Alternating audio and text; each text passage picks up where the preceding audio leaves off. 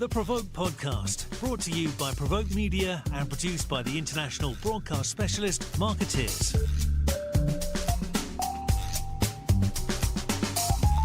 First of all, thanks to all of you for joining today.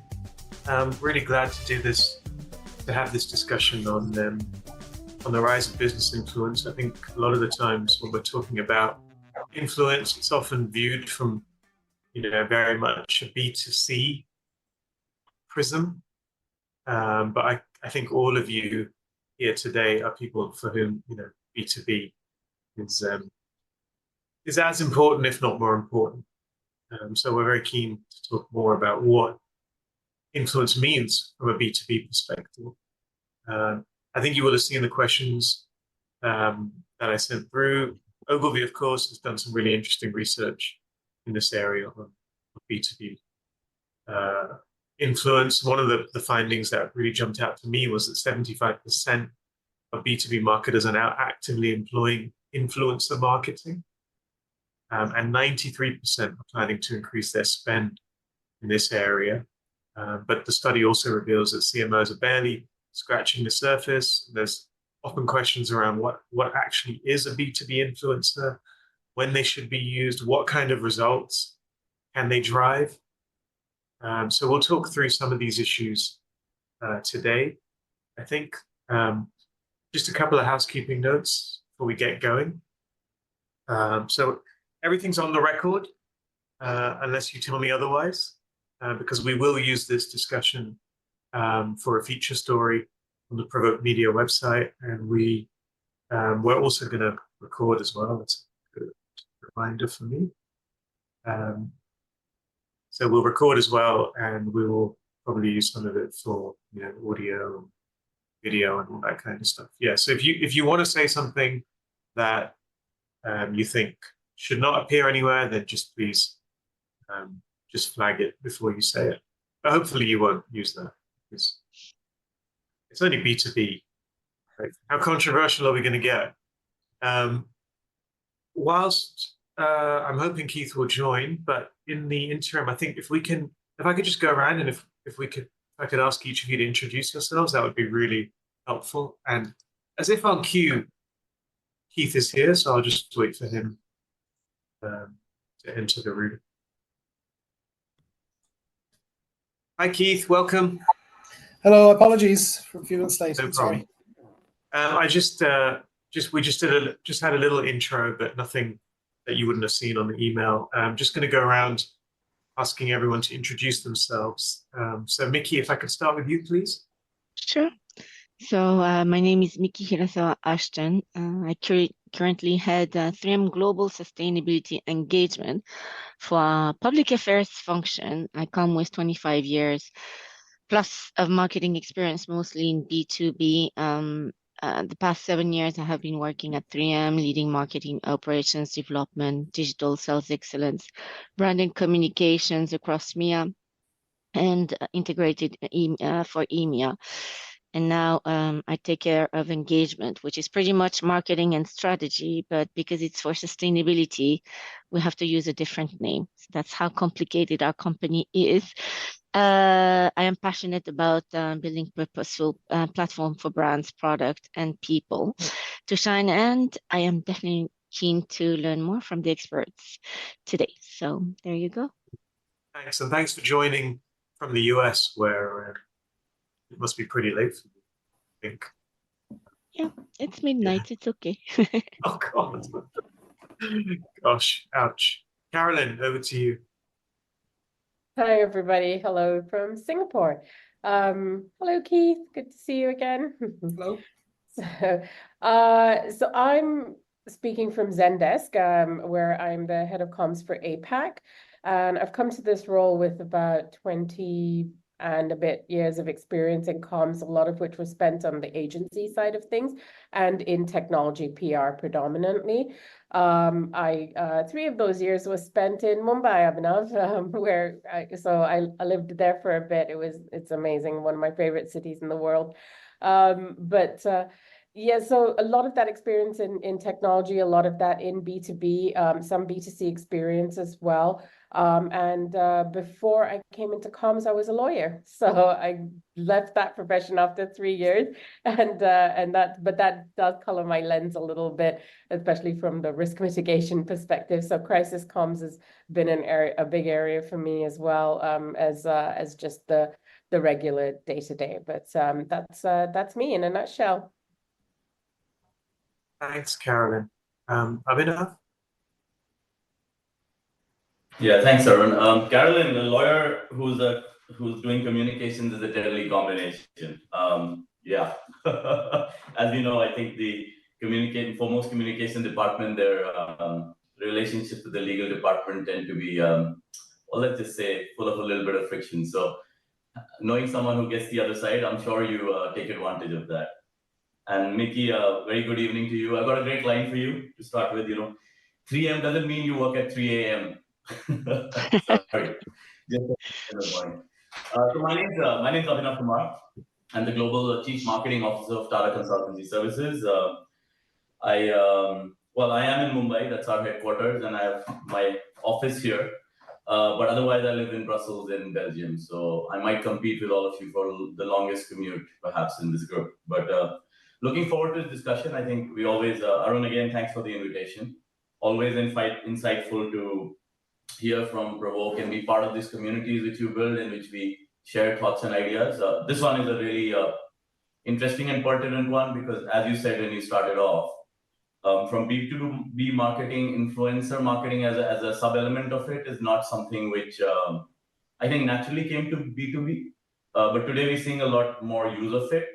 Perhaps not yet as sophisticated as consumer industries do, but definitely I think it's an interesting topic and good to see the statistics from Ogilvy. Shout out to them. They are global PR partners, so always we appreciate the intelligence and counsel they bring in.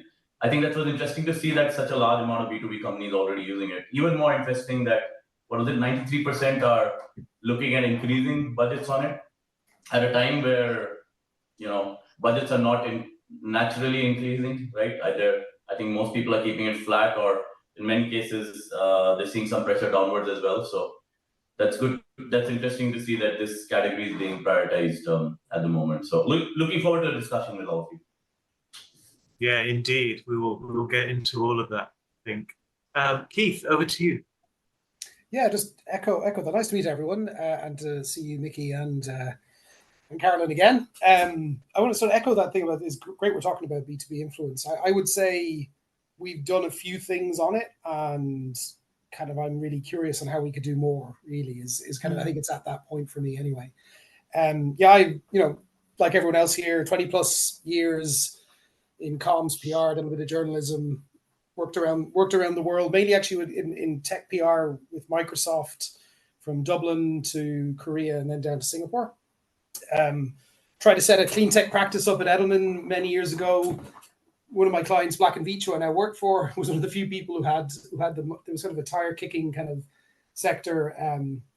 Black & Veatch then were a project client, and then sort of poached me, and I've been working with them ever since, 14 years. We are, let's say, in the high consideration B2B space, right? So we do, we work on, say, small sort of consulting, for us, small consulting projects of, say, $1 million, but all the way up to taking on risk for $500 million to $1 billion projects, right? So we focus on sustainable infrastructure. So we're either decarbonizing the planet at scale or protecting against the impacts of climate change, by and large, at scale, right?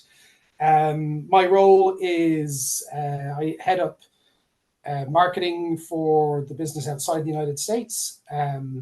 We're mainly a United States company, so it sounds more impressive than it is, but we have very few resources outside the United States for sort of marketing and comms. So and then final thing, I'm president of APAC-D as well. So I've been working with Arun as our secretary, who's doing a great job and continues to do so. So thank you, Arun, and looking forward to you hosting this session. Great, thanks, Keith. And last, but by no means least, James.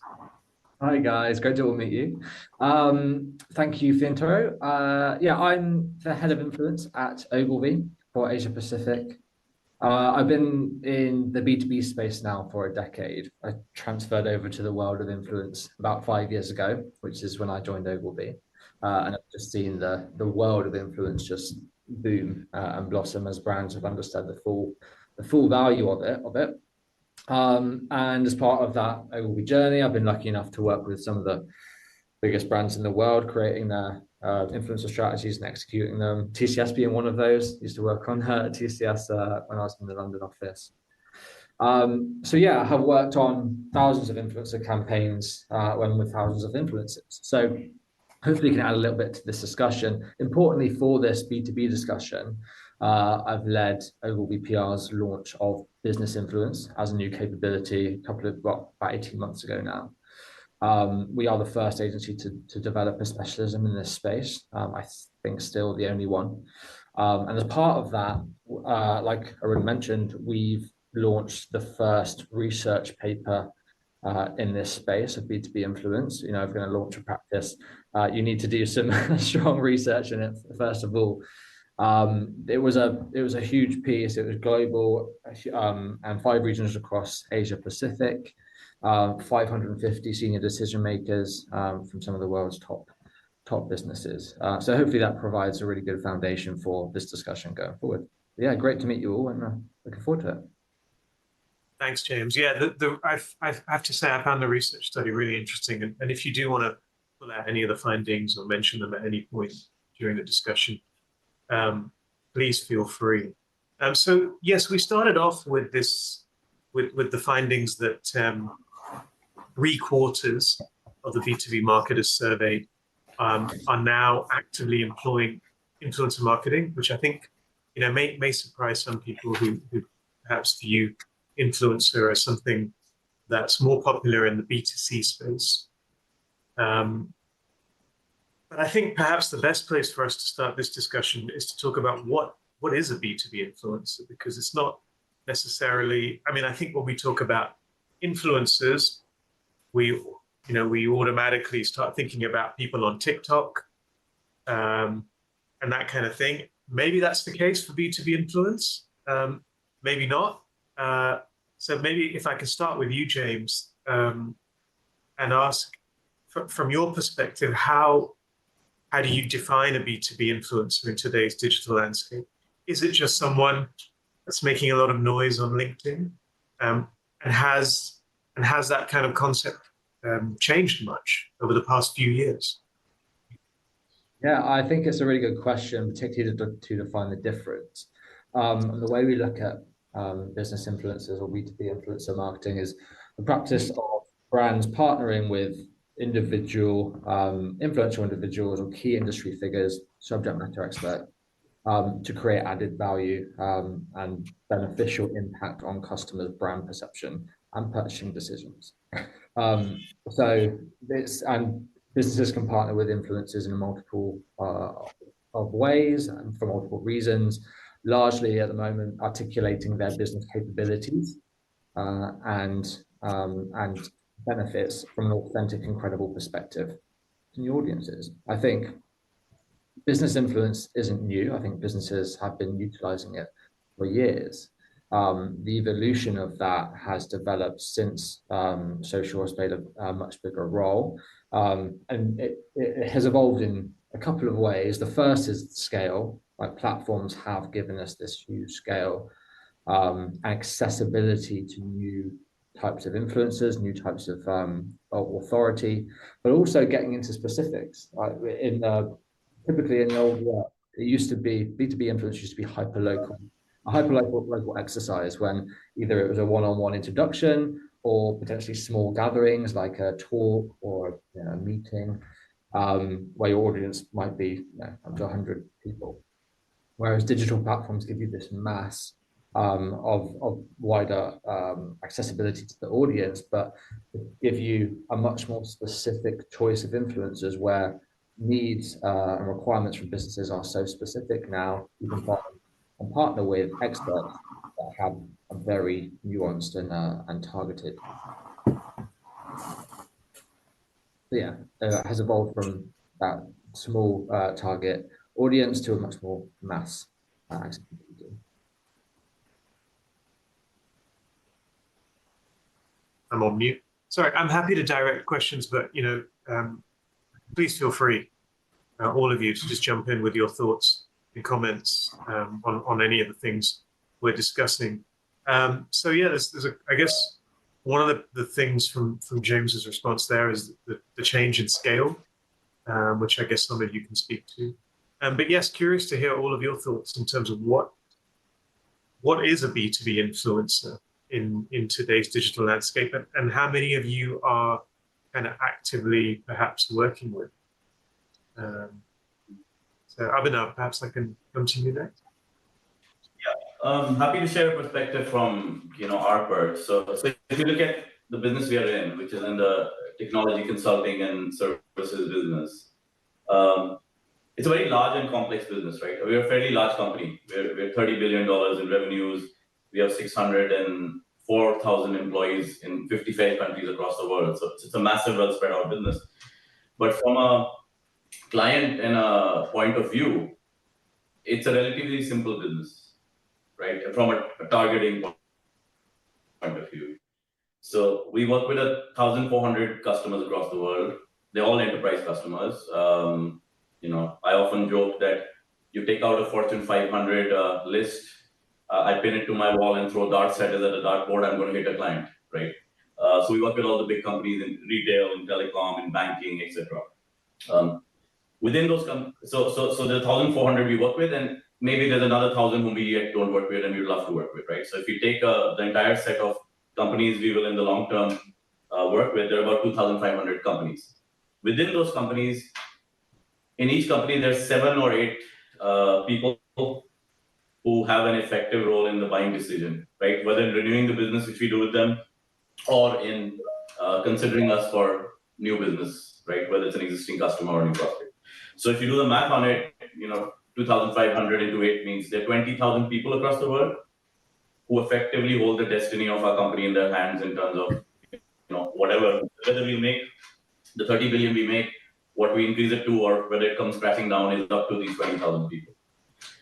So what James said is pretty relevant for us. We've been in the influence game from the onset, right? Because if you look at what works in the buying process with these enterprise customers we work with, and they're usually very senior level executives. The chief information officer, chief technology officer, many places the CEO is involved.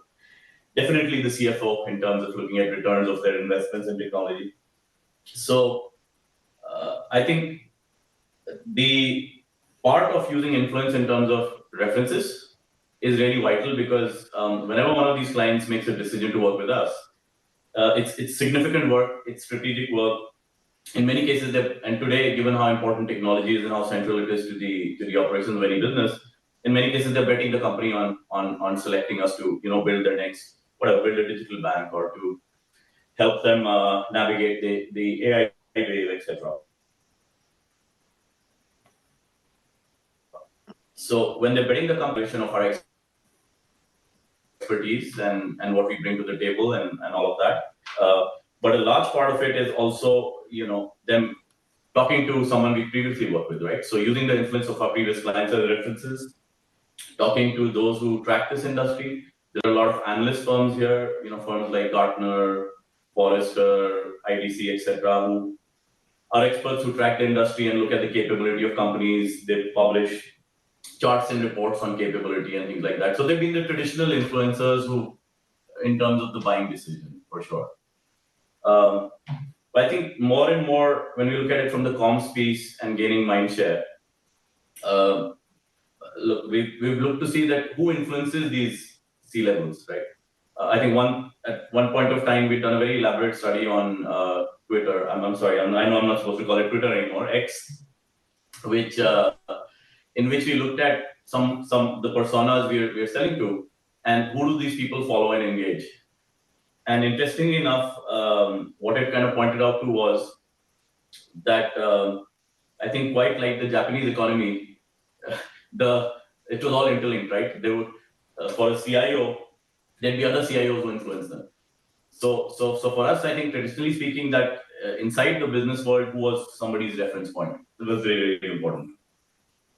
Of course, taking a cue from the consumer side, on many other parts, we're doing different things. Like if you look at it, a large part of our marketing portfolio is invested in running platforms and marathons. And we engage a lot of our clients and other audiences into that. Now, all these C-level executives, from their professional point of view, sure, when they're looking at advice or who they get influenced by, it typically ends up being someone in the business world. Often they look up to political leaders, surprise, surprise. There's these surveys of CEOs and who do they admire. I think the top 10 list often carries 4 or 5 politicians. So in terms of defining events and things for them, right, getting them into a room for a breakfast or something, it often helps to get regulators and others in the room too. But on the running property side, as humans, when they look at their non-professional side, their wellness and all of this, there's a very different range of people who they look up to, right?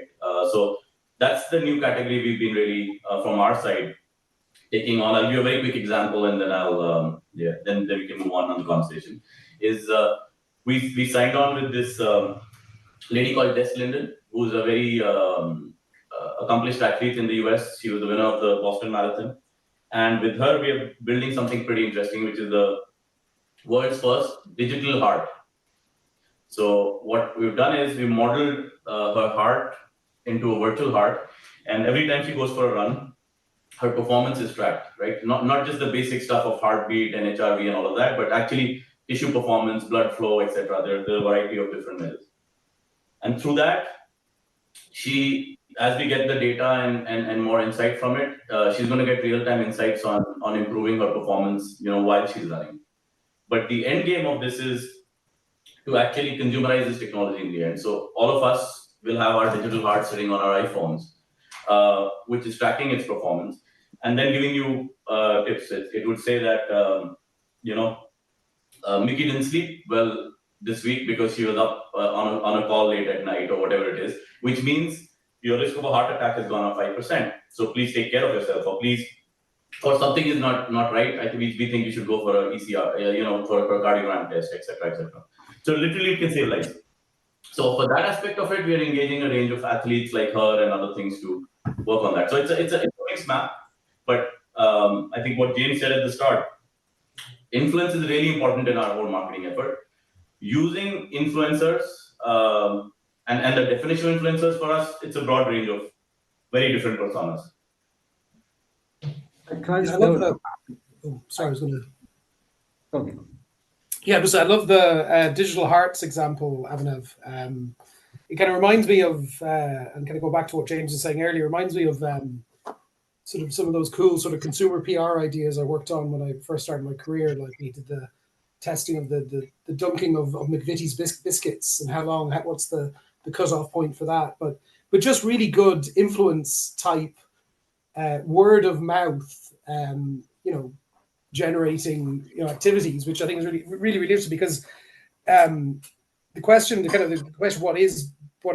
B2B influencers, and I think that's still an open question, right? In terms of it's still a maturing sort of sector, but certainly like we are in the game of influence, and to echo what you were saying, I think there, for me and for B2B companies, that the buying center is essentially becoming more complex, and so having the ability to scale, and access these more whoever these B2B influencers have been able to scale to reach those other people, because in the past, I think there was a more concentrated buyer center. And I look at my company where, our salespeople have evolved quite a lot. They used to be very, very relationship-based selling, and we're trying to kind of evolve that into, scaling that in different ways using digital technologies, and how do we approach different clients and so on. So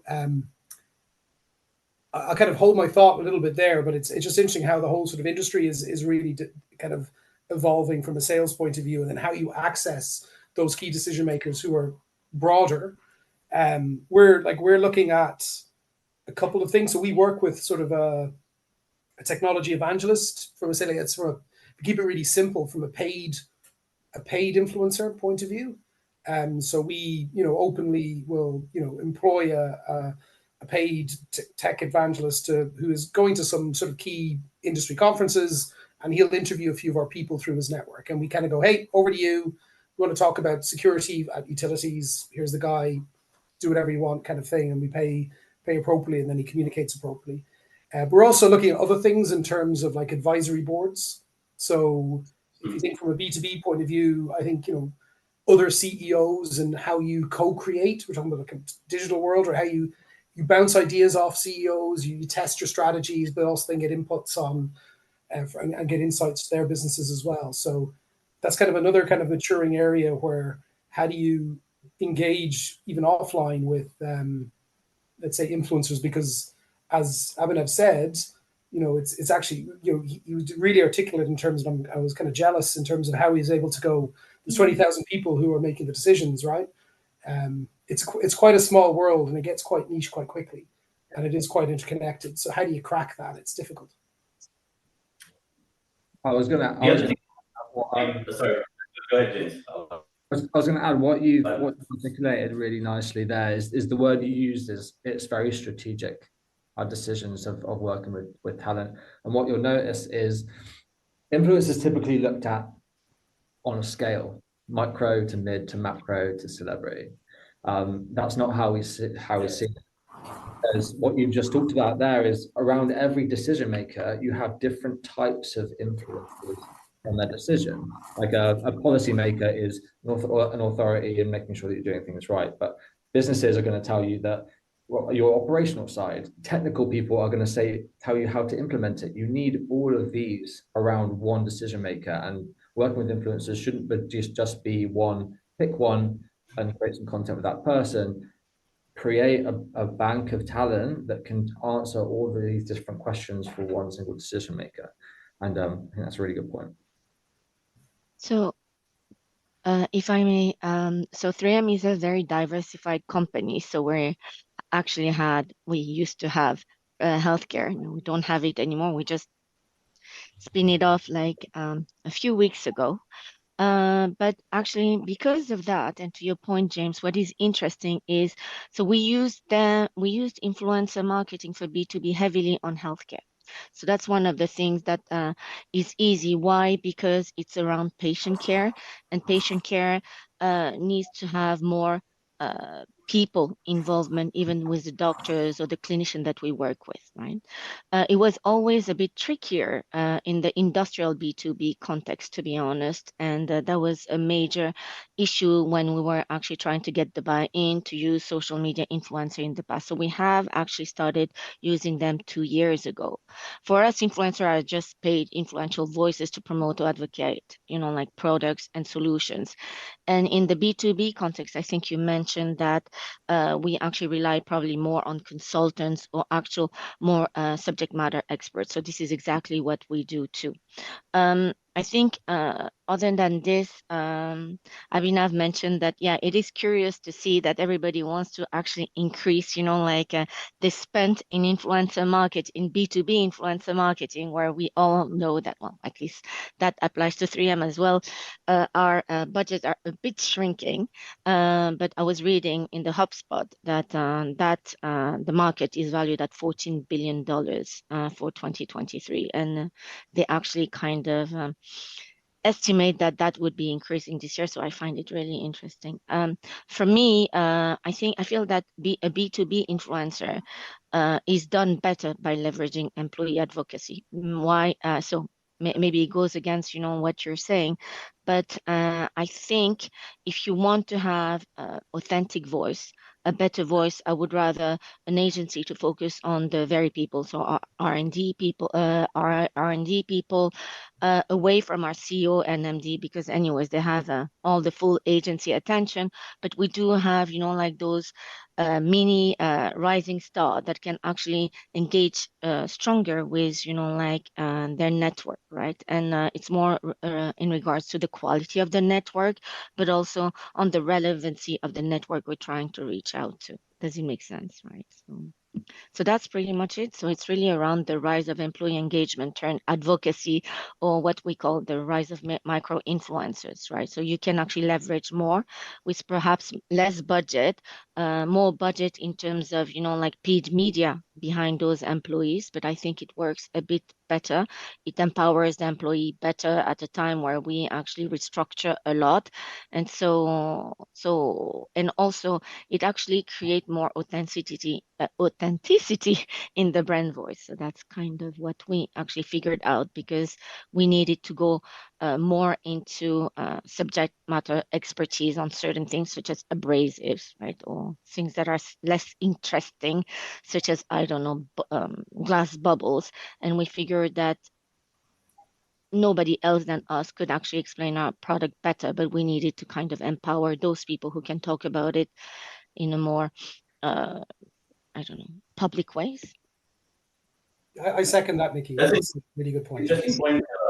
Yeah, sorry, I'll make it really quick, Keith. I think it's an interesting point you make on, I mean, we probably have a new term for it, the internal influencers, right? If I look at our internal communications team, they do have a list of our own colleagues who have outsized followings inside the company. So, being a company with a pretty large employee base, they regularly tap these people who, I think they have a list of about 30 or 40 people, that when there's a message to be played out inside, often they engage them with it, because they have these large followings, not on internal company intranets or whatever, but even on outside channels like LinkedIn.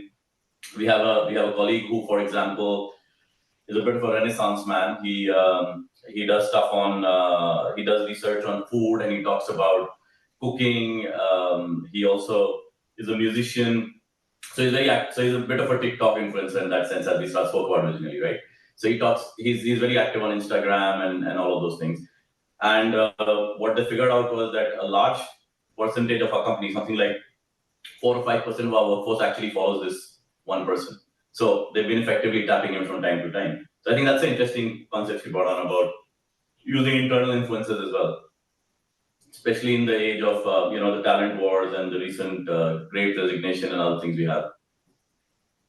So one of the things that I've observed over the course of my career, and I'm going to date myself with this comment a little bit, because when I started to do digital communications, everyone wanted to know about bloggers and how do we engage the bloggers, right?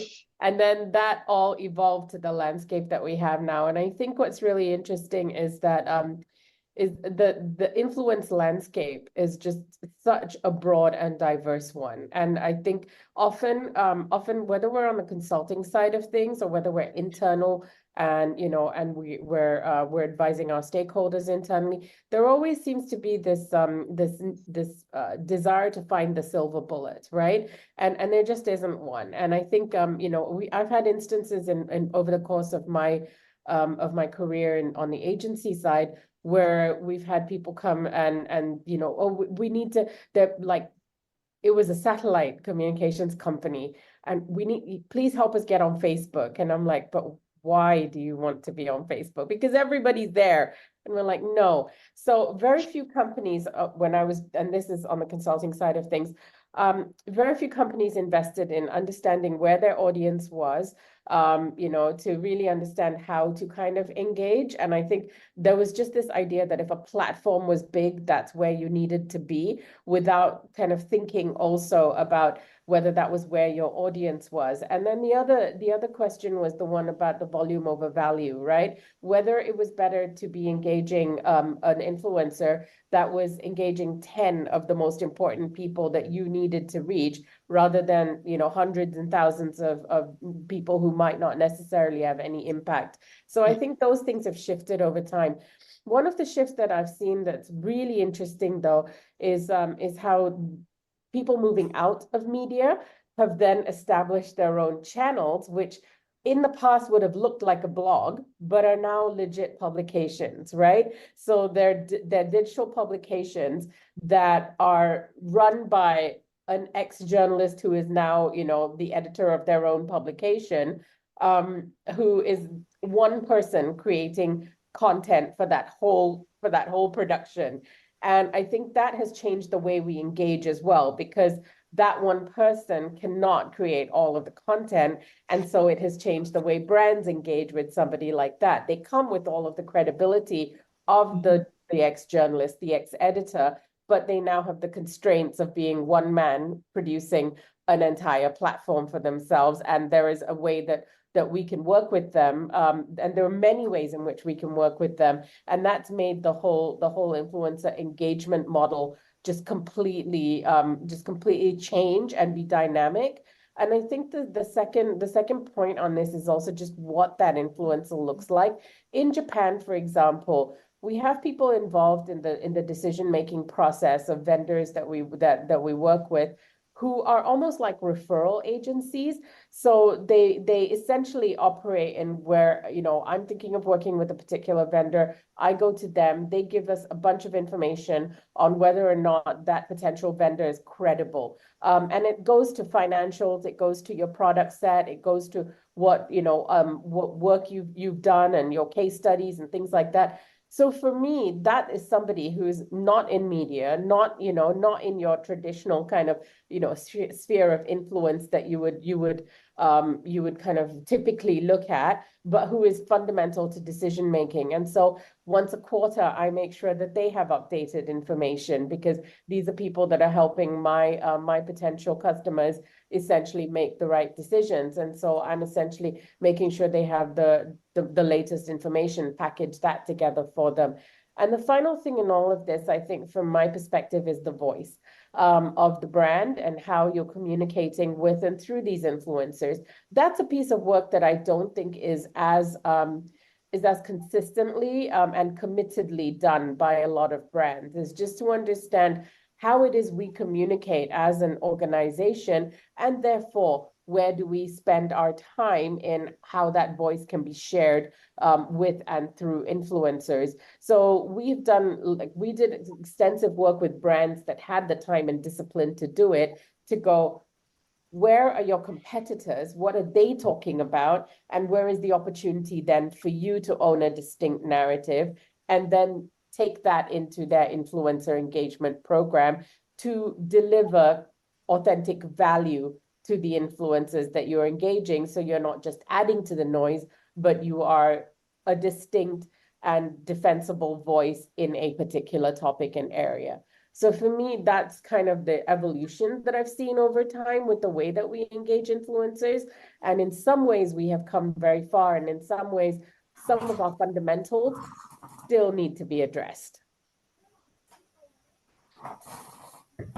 Yeah, really interesting. Thank you, Karen. And thanks, everyone.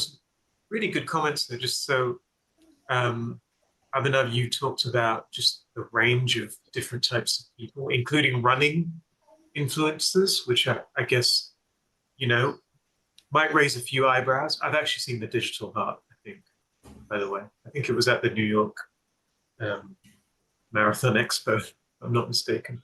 And then the buying process has become more complex. Keith, you talked about things like advisory boards, tech evangelists. The B2C scale doesn't apply from what we, from the answers, I think. So the kind of traditional micro, mid, macro celebrity seems less relevant. Employees, Mickey, you mentioned, which we're very keen to talk more about, because I think probably all aware how important employees are when it comes to building influence. Potentially bring some risks as well. Talk about that. Internal influencers, Abhinav, you also talked about that too. Quite interesting to hear that there's a list, which, in terms of which of your employees have huge influence. And then Carolyn, I think the rise of, I don't know if you'd call them substackers, but just, the people who sometimes have a really outsized influence, compared to the scale of their operation. It's quite a different thing. So I wonder, we can go in a few different ways. I definitely want to make sure we have enough time to talk about metrics and KPIs. We're talking about ROI. And I think it'd be really interesting if we can talk about employees as well. But before that, I wonder if maybe if we could just in terms of the influencers you're working with, are there kind of specific criteria that are in place, or should there be specific criteria when you're talking about how you identify and select the right influencers for your campaigns? So perhaps I can start. I personally find it extremely challenging to find a good influencer. So even when you want to work in a vertical. So the first one is to find the influencer that would be ethically and compliant with our sourcing policy, because at 3M we're extremely ethical. So we go through that extremely tedious, which is great, but which is quite long exercise of actually vetting every single supplier that we have, and an influencer is definitely a supplier. The second thing is it is extremely difficult to manage the influencer. I don't know if you had that, but we have actually witnessed influencer who just bails out. Like they sign a contract, they agree, but I don't know, their audience is not in agreement with us. So they decide, to put pressure, and obviously the influencer have to actually step back, right? So I think it is my belief that it is very, very difficult to do that without an agency. I think there is a critical need if you want to Caroline's point around, like the quality, to align the quality of your content, right? To have that, like consistent voice. You also need, it is impossible to have one internal marketer trying to actually control of this. And I think it is far easier and far more efficient to use a proper agency that can actually monitor the activity of the influencer, also change, and it's far more agile to actually hire an agency altogether if we have the means, because that's another cost that you have to add into this. I think one of the things that I definitely look into when I look into the influencer is the usual, the proven track record within the industry, the deeply engaged audience, like how much engagement they get, because this is what I can see from their profile, but I think one of the things that is very important for me, and maybe it resonates with you because with you all, because you're all from like subsidiaries of headquarters in the US, for instance, local resonance. I think because in my global role right now, we tend to want to we tend to not to see the importance of I don't know how to say, but there's not a one size fits all kind of influencer thing. And I think we really forget about, like that local resonance of the influencer. We tend to very much like media, select a media or select an influencer that we think can actually kind of talk across all countries, and actually it just doesn't work. And for me, it is one of the major concerns that I have when we have marketers. So we have more centralized marketers today, and that local relevance is actually kind of forgotten. So I think, yes, it is around, alignment with your values and your objectives, but it is also about, the relevance within the context that you are in. So for instance, I'm in the Middle East, and you understand that the person who will be actually talking to my market will be very, very much different from someone who will be speaking in Brussels or someone who will be speaking in Japan. So that's kind of my perspective on when we choose the right influencer. I want an agency that understands this and helps us, like kind of touch, like the audience where they are.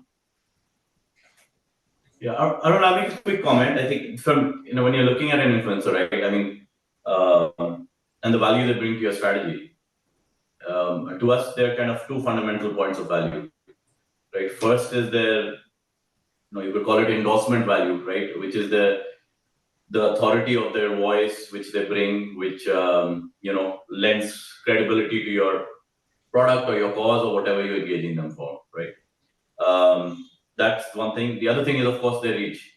And in terms of their reach, is both the size of their reach and their ability to tap in new audiences which you as an organization may not yet have a reach with, right? So that I think is important. But also within this whole thing is an evaluation of the risk. So if you're engaging with an influencer, you are in a sense bringing them under your brand umbrella. So before we engage anyone, we do make it said with the agency partners, etc. We do a full evaluation of that influencer and the risk they could potentially pose. Right? Are they erratic with their voice? Apart from this cause, which they may be strong on, are there other causes they're representing which may be out of harmony with our own brand and what we our value systems, etc. All of that. So that I think is absolutely crucial. I think at times when companies jump in and engage influencers, just looking at the size of their reach, without doing that fitment of are they in harmony with their brand, product, and their corporate ethos, that's when things can often even go wrong. Even if they make a conscious decision, I think at some time you have to make a very considered decision. That, I mean, the examples are replete, right? The largest one over last year was listed venture which InBev went on in engaging an influencer to promote one of their beer brands, but it backfiring in a big way because in a sense their consumers felt very divided about their opinions on that influencer and what they represented, right? So I think you have to take a very considered decision on it. Much more in B2B, much more in B2B. I think in B2C, you already work with a range of whatever, brand ambassadors, other things, this thing. And you're used to doing this on a natural level in that assessment. I think in B2B companies, if they're starting to do this, getting into this game, you can easily also get it quite wrong. So I think that risk element is important.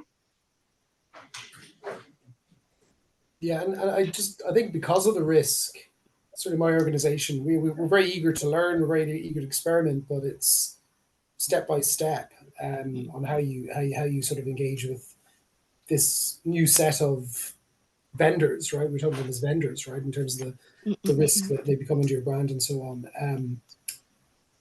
I think with one of the things here is it's there's a lot of kind of upside in terms of amplification. And so go back to what Mickey was saying around employee advocacy, that really does advocate your brand, and we did kind of highlight that obviously there's risks there too, but at least they're already part of your organization, already part of your brand, right?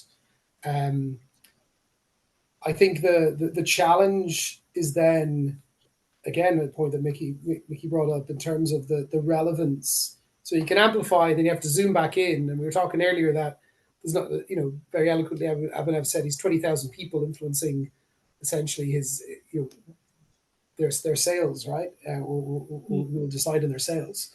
You got to be very zoomed in and very relevant very quickly. And so that sort of, I get and I see it's kind of easy. We can go to this person like a journalist or like an ex-journalist or a tech evangelist, wherever it is, and amplify. But is that amplification really improving the stickiness and engagement of the message that will lead to business? And that's where, so from a brand point of view, there's upside, but from a further down the funnel, getting to the buying decision, it's harder to see that connection and then harder to justify budget spend towards an influencer to lead to sales, when there's probably other ways that we could be amplifying the brand and amplifying our message that are more understood and easier to execute. So that's where my head is at. I think when we were doing this, again, more from the consulting side of things, the appetite to maintain dynamic lists of like who these influencers were and to kind of keep revisiting them, that's also a big part of of it, because that requires resource, whether that is an internal person tracking what people are talking about, or the metrics against which you measure their influence, or whether that's an agency partner that you engage to do that for you. There must be a sort of cadence to revisiting all of this. In the early days of this, from the B2C side, what we learned was how quickly, a tech influencer could become a food blogger, because that changed, and in Singapore, one of the top tech influencers then became more of a social and political commentator over time, and so so that sort of meant that he then dropped off the lists for particular vendors that we were working with who were very focused only on talking about tech. But also within that master narrative that you have, the sub-narratives, and whether that means that if you are a tech company, actually does this person, who's talking about fintech, whose narrative kind of intersects. So some of these things might not be as intuitive as it seems. And I think, to Mickey's point, definitely having agency partners who can, maintain that pulse for you is important.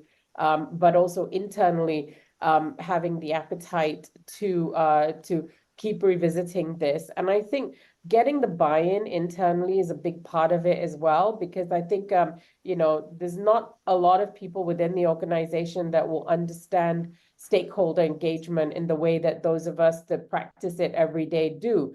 And so, there's always this caution that the big bad sort of, wolves of being out there and people whose narratives we can't manage as such, that is a big part of being able to manage an effective program as well, and who you engage as an influencer, because you have to satisfy everyone internally before you do this, that it isn't going to go pear-shaped at some point. So yeah, there's a lot of moving parts to it, and I think you have to have the stomach for that level of dynamism before you even engage at all. I agree. There's a reason why I went last, because this is something that we, in terms of influencer selection, this is something that we do on a day-to-day basis. And it's interesting that each of you are mentioning like slightly different things, and that's the whole beauty of influence, is it takes a different form for different people. I'm gonna hopefully structure this in kind of advice for any listeners as well. The first thing I would say is you start with strategy and brand alignment. A lot of people start with influencers. A lot of people start with looking down their feed and seeing who they like or who they follow. That's not the right place to start. You have to think brand strategy first and brand alignment. That's things like they have the brand values, the authentic experience in that space. Also, the authentic usability of your business. Yes, we can partner with influencers that we haven't partnered with yet or are not customers. That plays a role, but the reputation and the credibility of what they're saying is so much stronger if they already know your business and have worked with you. Proven track record of success, consistency of messaging in the space. Are they a vocal communicator, a narrator consistently? They have partnerships with potential media outlets that we can leverage. Elements like this that you can match up. What you can do as a brand is develop a scoring system. A lot of those things are subjective. Is their voice credible? How often do they talk, that sort of thing? What we advise and help brands with is creating a scoring system that, particularly with global brands, different markets, different departments pick different types of influencers, develop a consistent scoring system so you can overall assess the strength of an influencer. But secondly, most importantly, really, everything needs to be rooted in data and vetting, right? So before we do all this, we conduct audience and social listening analysis. And we have a tech platform that allows us to do this. It's made up of a couple of different softwares that and we call the combination Influence O. But it looks at, firstly, audience data. So it looks behind the business influencer. It looks at, yes, how many followers they have, where in the world they are, but it looks at their industry, at their job title, at their levels. Then it looks at the social listening alignment. What are they talking about? It aligns it with your point, Carolyn, the white space in the industry. What do our audience want to hear about? What isn't saturated? And aligning an influencer's authentic point of view with our hopefully targeted messaging. So yeah, it's developing all of that. That then goes down. We then go down into the final level, which is assessing the network map. So these platforms. So we partner with LinkedIn. We partner with a company called Analytica. We partner with Creator IQ. All of these are influencer-specific businesses that allow you to do this analysis. And looking at that network map, ensuring that we know the influencer that we're working with is partnered or is connected to that ultimate decision maker. Regardless of the big mass appeal that they have, we need to make sure that those handful of decision makers are within that. So yeah, there's a strict guideline and list that we would follow. And to Mickey's point, it's making sure that you don't just give them a task and let them run wild. You assess what they're doing day to day. You analyze that conversation. You advise them on how to communicate. Are they open to that? Is all a part of it. And then the final thing is long-term partnerships. Long-term partnerships just add so much more credibility to what we're doing. Our audience is way too smart to accept or just accept an influencer for what they're saying if it's a one-off partnership. They can see through that. They see they're being paid for it, and it reduces its credibility. Work with long-term partners and people that align to your brand values. That's where you get the real strength.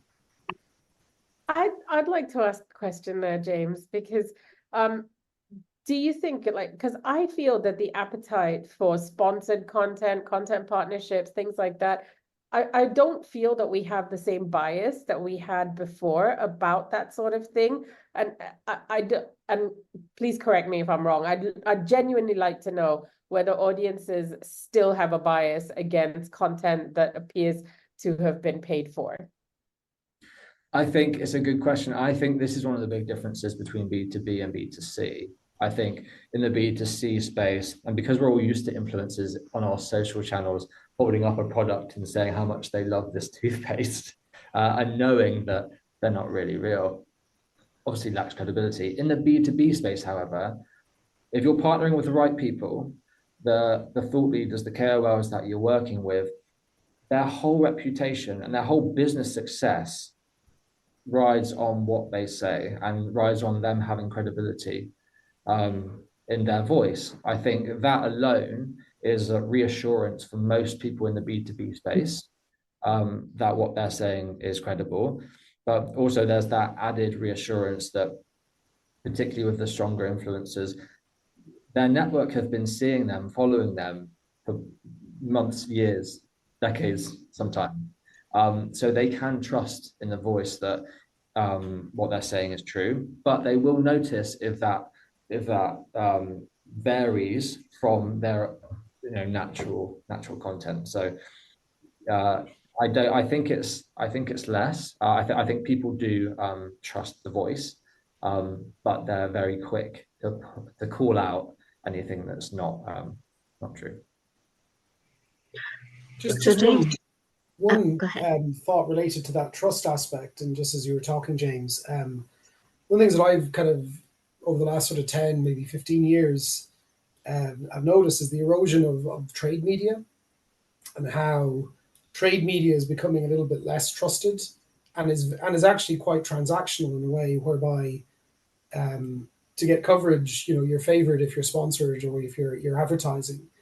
And I'm just wondering if are we just seeing a changing of the guard, so to speak? Because we were mentioning a lot about the sort of the Substack generation. Caroline had mentioned the kind of evolution from bloggers to now. It's kind of the place where people go for sources of trusted information is changing. And I don't think that has ever changed throughout the history of time. There's always an evolution of what platforms are trusted, what people are trusted, what media is trusted. I think the easy answer is I think they all play their specific roles in our communication strategies. It's not one's always better than the other. Different platforms and different influences align to different objectives, and that's why that objective alignment and brand value alignment is the most important part of that strategy. And it's an interesting question. I mean, yeah, that's probably one for the floor. I have another question based on what Keith just said about trusted information. What is your take, James, on AI-powered influencer marketing? Do you use it in your agency? Is this a technology that you think is too? Is it too early, or is it something that you have actually already implemented when you actually support your customers? Because obviously I'm very interested, because for PR it has been quite self-evident that it's part of our everyday life, but I was just wondering from an agency perspective, in the selection of those influencers, do you actually use them? Do you use those kind of technologies? Yeah, I think it will become more and more part of what we're doing. I think it's something that we're integrating more as both on multiple levels. One, the selection process, automating that, putting those criteria in place that can automatically align and give us a brand value or brand score.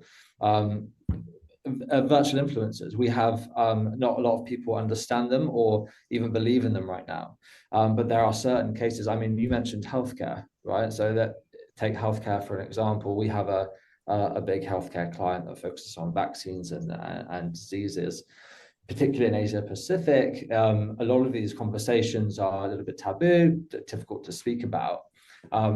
We have cases where we've built virtual influencers and AI influencers to be able to communicate with our audience in a way that they don't want to communicate with real people because of that taboo.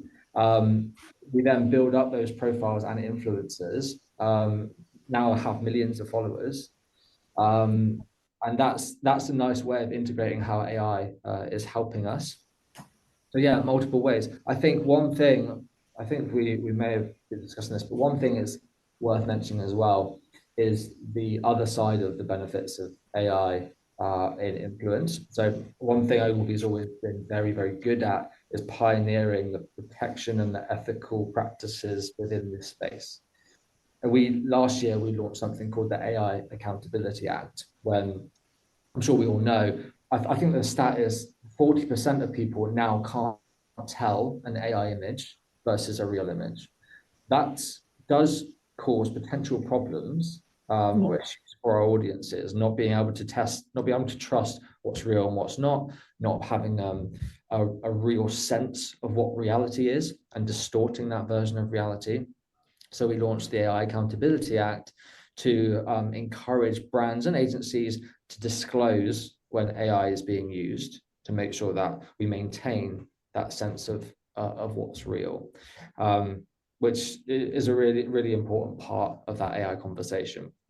But yeah, there's multiple ways that AI is being used in influence, and it's only going to become a bigger part of what we're doing.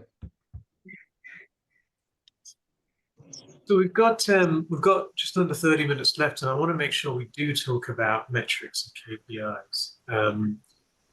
Keith, in your comment, you talked about, yes, there's all the upside in terms of amplification, but is it engaging and is it driving buying decisions? Carolyn, you also talked about how important internal buy-in is, and presumably that's also related to the return on investment that can be demonstrated. So what are we all employing, or what should we be employing, I guess, when it comes to measuring the return on investment of these B2B influencer marketing initiatives? Is it the same as traditional B2B marketing metrics? And I mean, are we talking about the whole funnel or just talking about specific segments? Keen to hear more.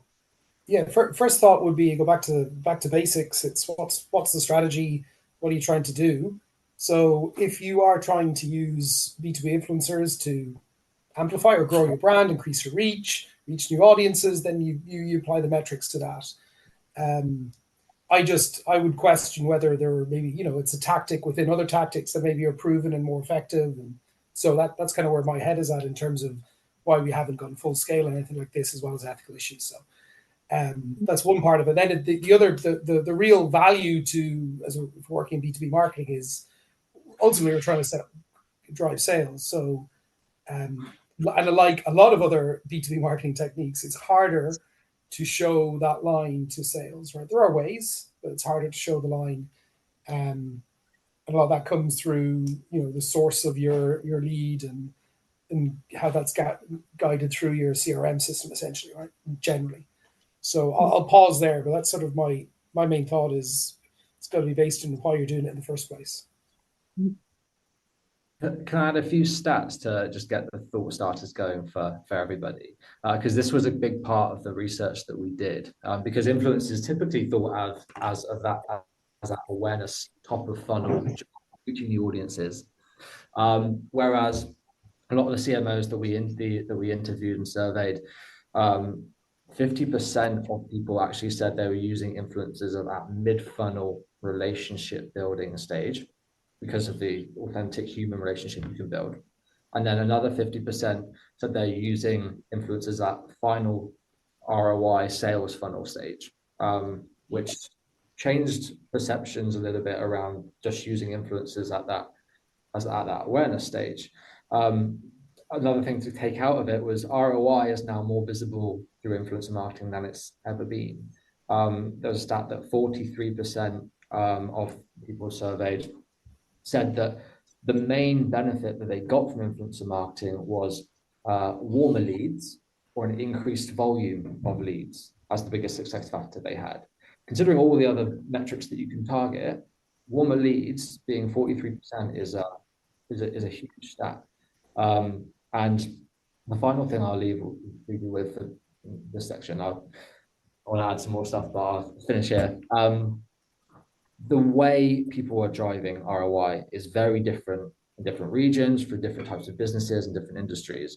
One of the quotes that stand out, because I face-to-face interviewed a lot of the CMOs myself, and one of the CMOs, Rebecca Hurst from EY, CMO of EY, said the way they measure influencers or the success of influencers and ROI is who they get in a room, how many people they get in a room, and how many conversations and relationships they start from bringing people into a room with an influencer. They know them themselves are not as big a draw as EY plus a couple of industry experts. So that helps them bring people into the room.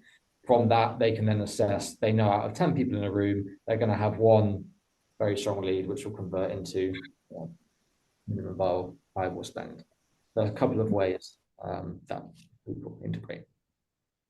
We'd love to hear what other people are thinking in terms of their ROI So, metrics. yeah, I think it comes back. Oh, go ahead, Abhinav. Sorry. Thanks, Mickey. I think a couple of quick points for me, right? I think when you look at influencer marketing and communications, I don't believe it needs a different set of KPI or measures, right? It's just at least that's how we see it. It's a tactic or it's a channel which you use, but the returns you're going to get for it needs to feed into what is your standard KPIs and what you're looking to do with your brand, and in terms of whatever your objectives as a business, right? So in that sense, also what we hear from James, it is about that. I think the second thing is in B2B, since we're specifically discussing that, depending on which industry or area, and it might be a little different. On consumer, you were talking about it earlier, right? It's the influencer picking up that toothpaste. Often it is very bottom of the funnel. And it's very measurable in the sense you're hiring an influencer to endorse your product, whatever. It could be in a podcast, could be in an ad, could be in social. And then you're creating a clear call to action to go somewhere and purchase that product, right? And you're able to then measure that actually directly into what part of your sales came in through that channel. I think in B2B it's complex. In our industry it's complex because buying cycles are long. There's multiple touches which go on inside the buying cycle. So it's a question of attribution. Whatever we do, right? One piece of communication, one product brochure, one meeting with a customer at an event is not what led to the sale, but typically say in our business, between connecting with a potential new customer through whatever channel they came in through web or social or a quick meeting or whatever, till them doing business with us, often there are 13 or 14 touch points, right? So for us, if the influencer is one of these touch points, it just flows into the attribution model which we are using. So we may not measure it very differently. It's inside what we're doing anyways as an organization.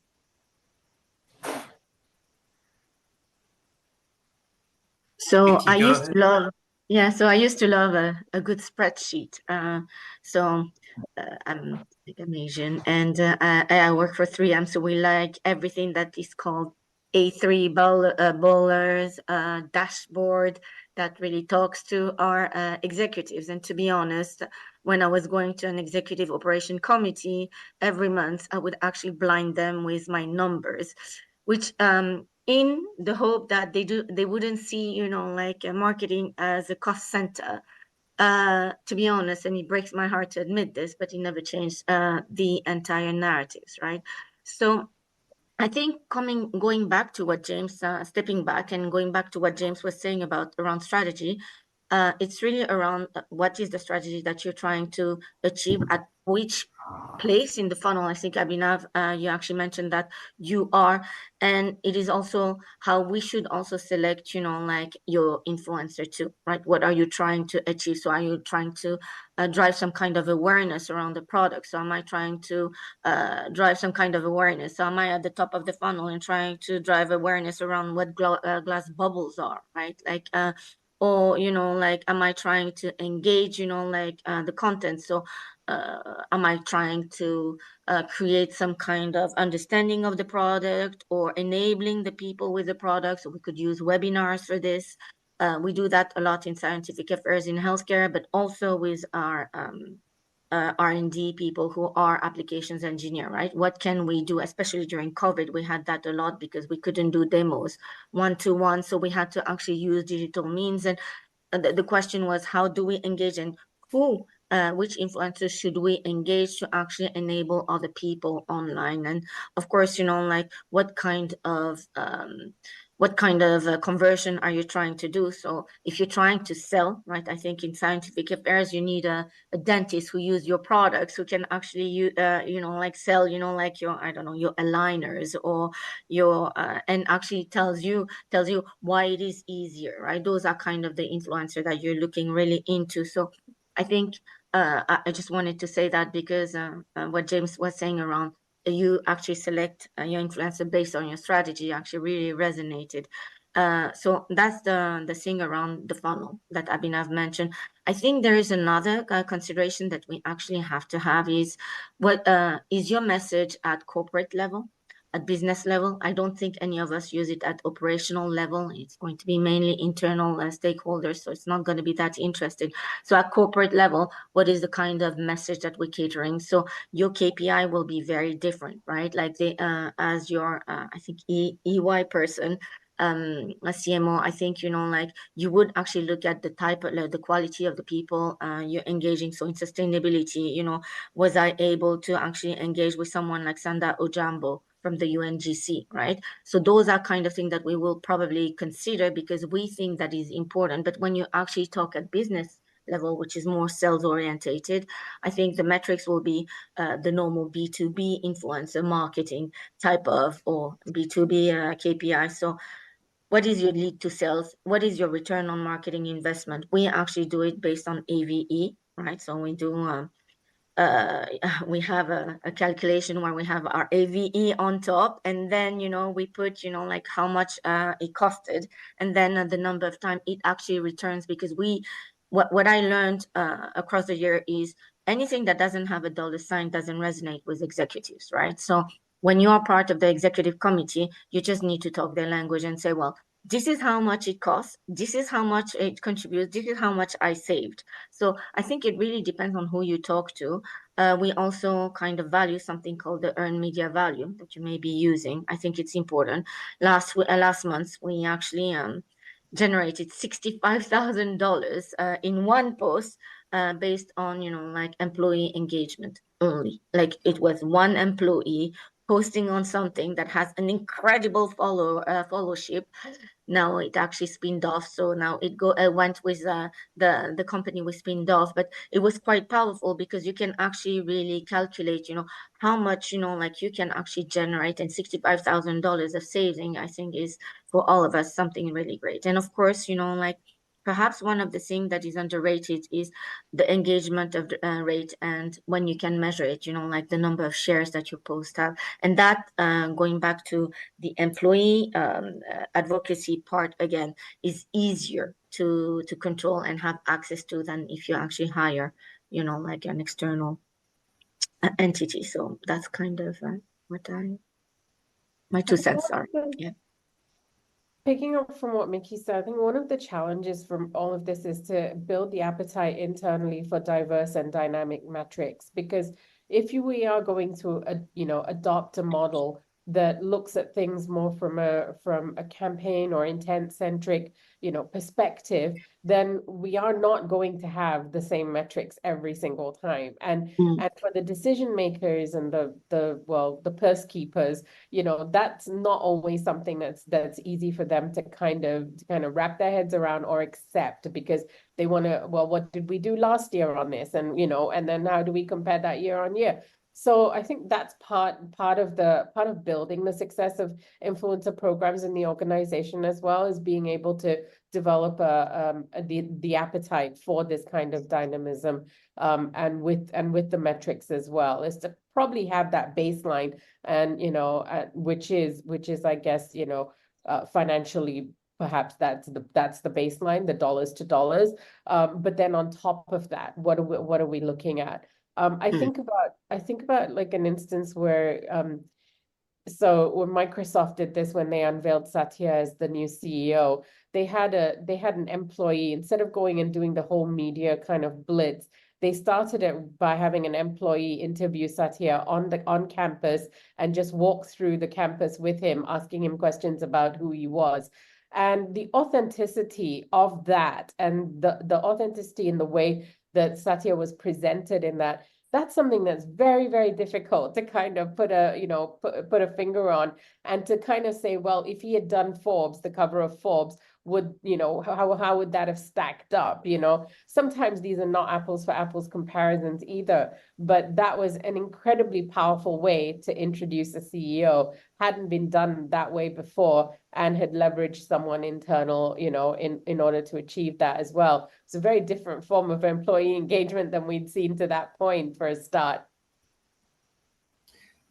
I one other sort of thought, it goes back to the assumptions again, James, on what is a B2B influencer. I mean, if we're talking about paid influencers versus non-paid, because the Ernst & Young example to me, and maybe I'm wrong here, but it kind of strikes as the classic sort of relationship selling. And there's obviously our salespeople would be engaging multiple influencers all the time, right? We've got co-opetition, we've got associations, we've got people who we'd form a deal together with, and everyone's sort of mingling at the cocktail party and bringing in different people at different points. So that's where I get sort of confused on how do I measure the real influence of B2B influencers, or the real return from B2B influencers as it gets closer to the sale.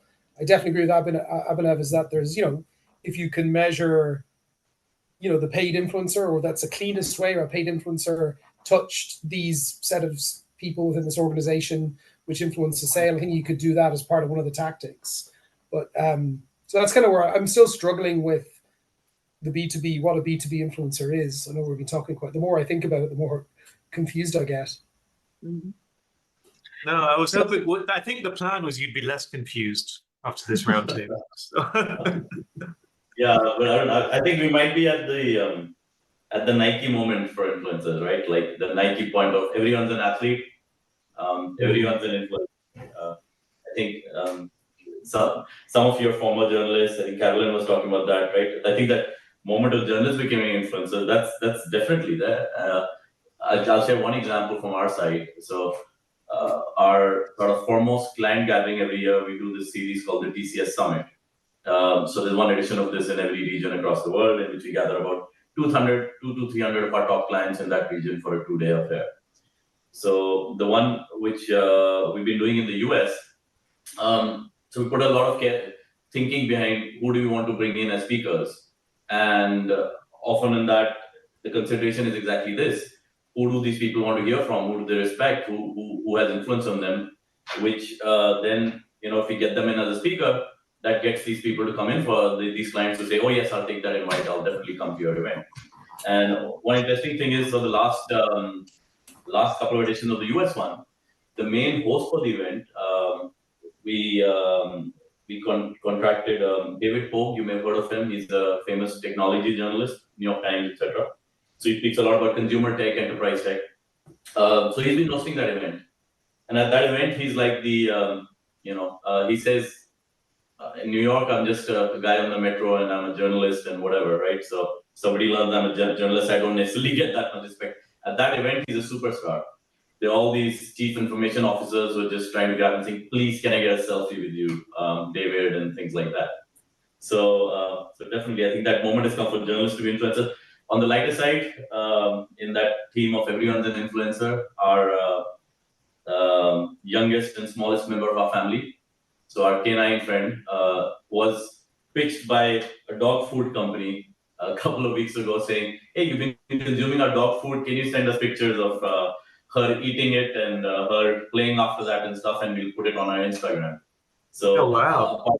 AI influencers, we also have canine influencers. So you're like an influencer talent manager now as well.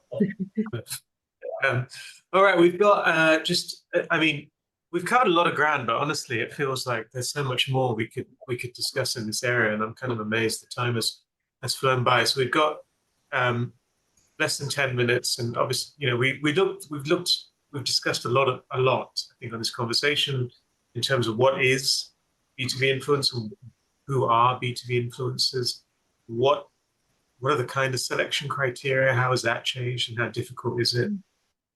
The metrics and KPIs that are being used, the role of AI and technology, and I think the importance of employees. So perhaps to conclude, if I could ask each of you to just perhaps provide a kind of a short piece of advice in terms of how would you advise people that are, you know, either reading the story or tuning in to this, if it's a podcast or a video, how would you advise them in terms of their B2B influencer marketing efforts? You know, and you can be as broad or as specific as you'd like to be. Does anyone want to go first? I'll go. I think for me it's about using these partnerships to do what you can't, and whether that means you can't because you don't have the resources or you're in whatever way constrained, right? So so sometimes within the organization there are restrictions on what we can achieve, you know, especially in content creation, right? And I think this is where then working with an influencer who might bring some great outside in thinking into the different ways in which content can be shaped, formed, delivered, you know, I think these are the ways that we kind of get the best value out of those relationships, which is just use them to do the things that you can't because you're limited in some way.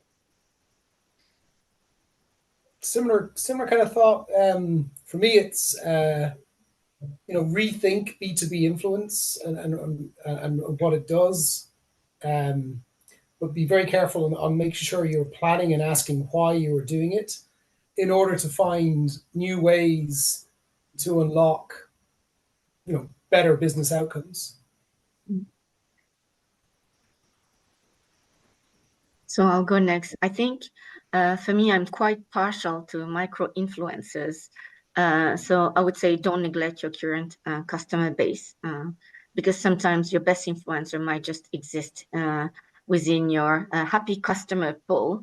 So you can look at brand advocates, you know, like I know that some of our customers have like, maybe it's not incredible for you, but when I see someone with 30,000 followers on LinkedIn, I always find it quite impressive. So I don't know the value of all that network connection, but I think it's quite influential. And also, I would say don't exclude the idea of building your own stars and prioritize long-term relationship. By that, I mean, you know, like, of course, we talked about employees, but at 3M, we have something called America Top Scientists, which is kind of a competition where our scientists, because we're a science-based company, actually mentor, you know, like young future scientists, and actually walk them through a project and how, you know, like they actually have to create the project and make it a reality, and after that they actually can go into an award. And one of them actually became a Time Magazine 2020 Kid of the Year. The name is Gitanjali Rao. And when you actually build your own influencers, they also become already bought into your brand. So you start them young too, but also as they grow, as the greatest scientists that they're actually going to be, you also grow your reputation. So your, how should I call it, your contact with your influencer doesn't end on the day you actually finalize a sale or whatever you wanted to achieve with them, but it evolves a long way as the person also involved. So that's pretty much what my 2 cents would be around Great, B2B influence thanks. marketing. Yeah, excellent advice from all of you so Arun, far. Abhinav? I'd go with I think to businesses who are new in the game, looking at considering this area, I said there's probably a 3-step process they need to go through. The first step is sort of have the clarity on what you want to achieve with it, right? I think Carolyn said it very eloquently, which is use this to achieve what you can't do yourself otherwise, right? So be very clear on what's your business objective, why are you going in for this tactic? Not because it's a trend, but it's really going, what do you expect to achieve out of it? The second step is to really do that hard work on knowing your audience and doing that research on what really influences them or what do they look up to and other things, right? So based on which you'll be able to produce a list of people who meet that criteria. And then the third step, which James also spoke about earlier, which is then a proper vetting of these to see of this list of people who influence your audiences, how many of them sort of meet that filter of the brand alignment and fitness with your organization and voice fitment and other things. And only kind of when you've gone through this do you sort of get into the game, right? And the last piece is, of course, measuring success because this is in a way a relatively newer category. That point on, then if you're making that investment, you need to justify that investment. So, yeah, I think just a very considered approach like that is what makes sense for someone to do. Sure. James, you get the final word. Cool. Okay, a couple of things from my side. The first thing I would remind new strategists in the space is influence, or remember, influence can play a role at every stage of the funnel, from awareness to relationship building, down to sales, and even after the sales has happened. We didn't talk about this, but influencers play a really important role in helping our clients understand our products more, especially in B2B, where products can always be complex. Influencers play a role in that retention revenue as well. So think all the way through the funnel. The second thing is think bigger than content. It's really easy to think about influencers as content generators for social media, but on interviewing these CMOs, integration is a huge value. So think about different ways that you can utilize them. That could be bring them to a sales meeting to impress a prospective client, bring them to your R&D workshops so that industry experience can benefit the products or services that you're building. Have them come talk to your employees to motivate them or educate them. Think about those value added benefits that will add more brand advocacy than any short-term sale will ever give you. And the final thing I thought I would mention that I haven't spoken on yet is the point around what Mickey said around employee advocacy. It was probably the single biggest thing that CMOs mentioned that was undervalued or underutilized. There's an amazing stat from LinkedIn that says your combined network of all of your employees is on average 10 times larger than your brand audience itself. If you're not using that huge network, untapped network, you're missing a massive opportunity that is largely free if you understand how to communicate through your employees better.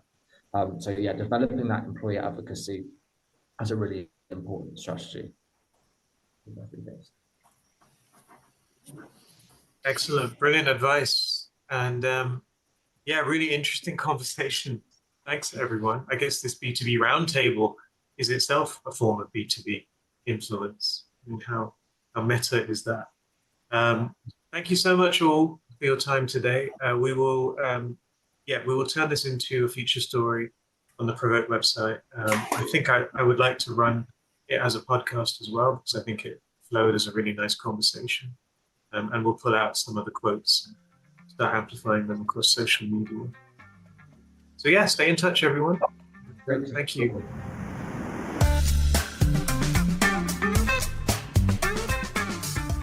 You've been listening to the PRovoke podcast, brought to you by PRovoke Media and produced by the international broadcast specialist Marketeers.